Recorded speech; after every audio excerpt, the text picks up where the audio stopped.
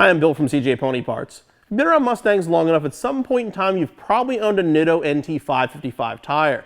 The 555 has always been one of my personal favorites because it has good wet and dry traction. They wear really well, they're good at cornering, good at braking, and best of all, they have a really attractive price point.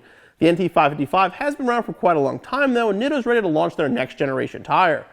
This is the NT555 G2. The 555 G2, just like the 555, is a summer directional ultra high performance tire designed for sports cars, muscle cars, stuff like that. You can see the tread is kind of similar to the old 555, but everything has been redone and it's a much more advanced technology. We'll start off with the basics. The 555 G2 is going to replace the 555, so all the sizes you've come to be familiar with are going to be available in the G2 as well. Going with the basics first, the tread wear rating went from 300 to 320, so you have an actually better rating with the G2. Traction also increased from an A rating on the 555 to a AA, which is the highest rating you can get for the new G2, while the temperature stayed the same with an A, which is the top rating. Now we'll take a closer look at the actual tread on the G2. The first thing you'll notice is much larger tread blocks than in previous years. It's going to create more traction. You also have the twin center stripes here, very similar to the Invo tire, which do a great job for straight line traction and straight line stability at higher speeds.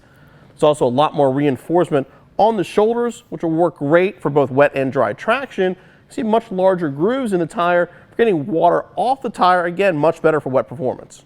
Like I said before, I've always been a fan of the 555 tire. I recently picked up this killer set of custom Rovos Durban wheels for my car. When I picked them up, the G2 was my obvious tire choice. I'm running a 255/35/20 in the front and a 275/35/20 in the rear, which fit beautifully on my staggered Durbans.